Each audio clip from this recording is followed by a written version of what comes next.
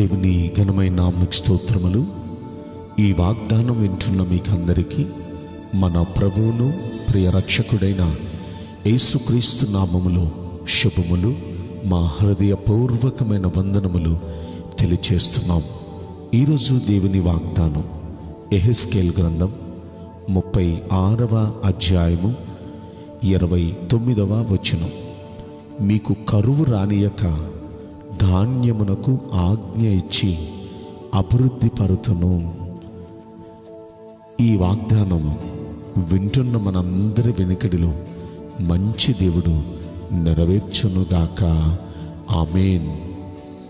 ఈ వాగ్దానాన్ని మనం జ్ఞాపకం చేసుకుంటే, దేవుడైన యెహోవా తన భక్తుడైన యెహెజ్కేలు ద్వారా తన ప్రజలకు ఇస్తున్న శ్రేష్టమైన వాగ్దానం. ఈ వాగ్దానం ఈ నూతన సంవత్సరంలో మన దేవుడు మనకు అనుగ్రహిస్తున్నారు. ఆయన ఈ వాగ్దానం ఇచ్చే ముందు ఏమన్నారో చెప్పనా?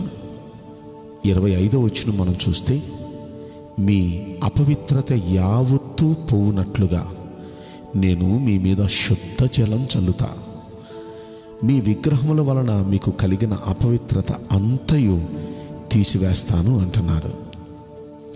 మన మీదున్న అపవిత్రత అంతా ముందు పోవునట్లుగా మన మీద శుద్ధ జలం చల్లుతానంటున్నారు. నిజంగా మొదట ఆయన చేసే పని మన మీదున్న అపవిత్రత యావత్తు పోగొట్టేస్తారు. రెండవది, మనకున్న అపవిత్రత అంతా తీసేస్తారు. తీసేసి ఆయన అంటున్నారు, రెండో మాట, నూతన హృదయాన్ని మీకు ఇస్తా. 26వ వచనంలో నూతన స్వభావాన్ని మీకు ఇస్తా. నూతన హృదయం, నూతన స్వభావం. ఇంకా అంటున్నారు, రాతి గుండెను మీలో నుండి తీసివేసి మాంసపు గుండెను మీకు ఇస్తాను. ఎంత చక్కని మాట చూడండి. ఈ నూతన సంవత్సరంలో ప్రభు మనకిస్తున్న శ్రేష్టమైన వాగ్దానానికి ముందు ఆయన అంటున్నారు, ముందు మన అపవిత్రత యావత్తు ఆయన తొలగించి నూతన హృదయాన్ని ఇస్తారు, నూతన స్వభావాన్ని ఇస్తారు. రాతి గుండెను మనలో నుండి తీసివేస్తారు, మాంసపు గుండెను మనకు ఆయన అనుగ్రహిస్తానంటున్నారు. ఎంత శ్రేష్టమైన మాట. అంటే రాతి గుండె అంటే స్పందించే గుండె కాదు, బండరాయిలాగా అయిపోయింది. కానీ మాంసపు గుండె దేవుని మాటలకు స్పందించే హృదయం, లోబడే హృదయం. అలా దేవుని మాటలకు లోబడే ఆ హృదయాన్ని ఇచ్చి ఒక నూతనమైన స్వభావాన్ని, పాత స్వభావం మలినమైనది, అపవిత్రమైనది, నూతన స్వభావం, నూతన హృదయం మనకు ఆయన అనుగ్రహిస్తున్నారు ఈ నూతన సంవత్సరంలో. అంత మాత్రమే కాదు, అలా చేసి మన యందు ఆయన ఆత్మను ఉంచుతారంట. ఆయన కట్టడలను అనుసరించి నడుచుకునేవారిగా మనల్ని చేస్తారంట అండి. నిజంగా ఇంతకు ముందు సంవత్సరాల్లో ఆయన కట్టడలను విన్నాం, కానీ వాటిని అనుసరించకే ఎన్నో మేళ్ళు పోగొట్టుకున్నాం. అయితే ఈ సంవత్సరం నూతన హృదయాన్ని ఇచ్చి, నూతన స్వభావాన్ని ఇచ్చి, మనలో ఆ రాతి గుండెను తీసివేసి మెత్తని హృదయాన్ని మనకిచ్చి, ఆయన ఆత్మను మనలో ఉంచి, మన మీద ఉన్న అపవిత్రత అంతా ఆయన తీసివేసి, ఆయన వాక్యాన్ని అనుసరించి నడుచుకునే హృదయాన్ని దేవుడు మనకిస్తారు. అసలు ఆయన వాక్యాన్ని అనుసరించి నడుచుకుంటే మనకు కలిగే ఆశీర్వాదం ఎలా ఉంటుందండి? ద్వితీయోపదేశకాండంలో 15వ అధ్యాయంలో 5వ వచనం మనం చూస్తే ఆయన అంటున్నారు, ఈ ఆజ్ఞలన్నిటినీ అనుసరించి నడుచుకున్నటకు నీ దేవుడైన యెహోవా మాట జాగ్రత్తగా వినిన ఎడల మీలో బేదలు ఉండనే ఉండరు. అంటే ఎక్కడైతే దేవుని ఆజ్ఞలను అనుసరించి నడుచుకునేవారు ఉంటారో వారి మధ్య పేదలు ఉండరు, అసలు పేదరికం ఉండదు వారి మధ్య. అంత మాత్రమే కదా ఆయన అంటున్నారు, ఆయన చెప్పినట్లుగా చేస్తే ఆయన ఆశీర్వదించి అనేక జనాలకు అప్పిచ్చేవారిగా చేస్తావు, కానీ అప్పు చేసేవారిగా చేయను అన్నారు. అనేక జనములను ఏలతారు, కానీ వారు మిమ్మల్ని ఏలరు అంటున్నారు. నిజంగా ఎంత శ్రేష్టమైన వాగ్దానం చూడండి. దేవుని వాక్యాన్ని అనుసరించి నడుచుకోవటం వల్ల ఇన్ని ఆశీర్వాదాలు ఉన్నాయి.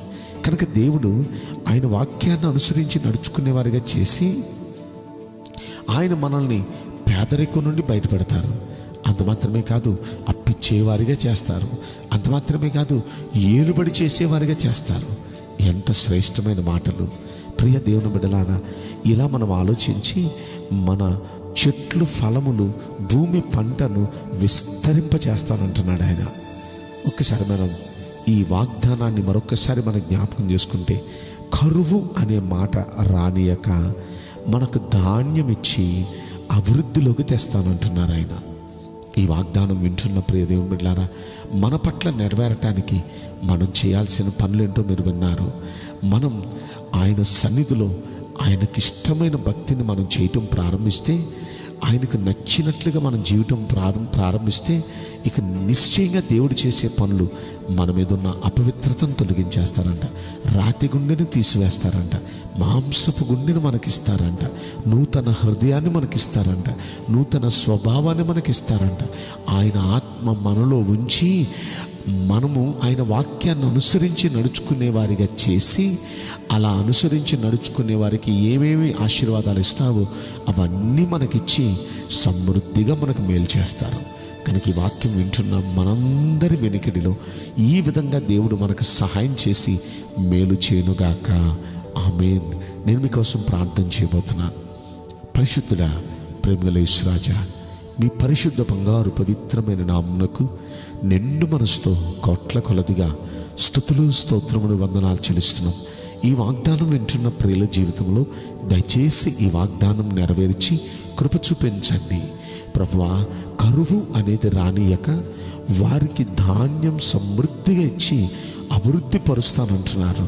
నీ బిడల విషయంలో ఈ వాగ్దానం దయచేసి నెరవేర్చి ఈ సంవత్సరం వారికి శుభ సంవత్సరం అగునట్లుగా మీరు అనుగ్రహించి తృప్తిపరచమని ఈ కొద్ది మనవులు నజరుడని యేసు క్రీస్తు ప్రశస్తమైన నామములో మిక్కిలి వినయముతో ప్రార్థించి బ్రతిమలాడి వేడుకుంటున్నాం ప్రియ పరలోకపు తండ్రి. ఆమేన్. May God bless you all. Thank you.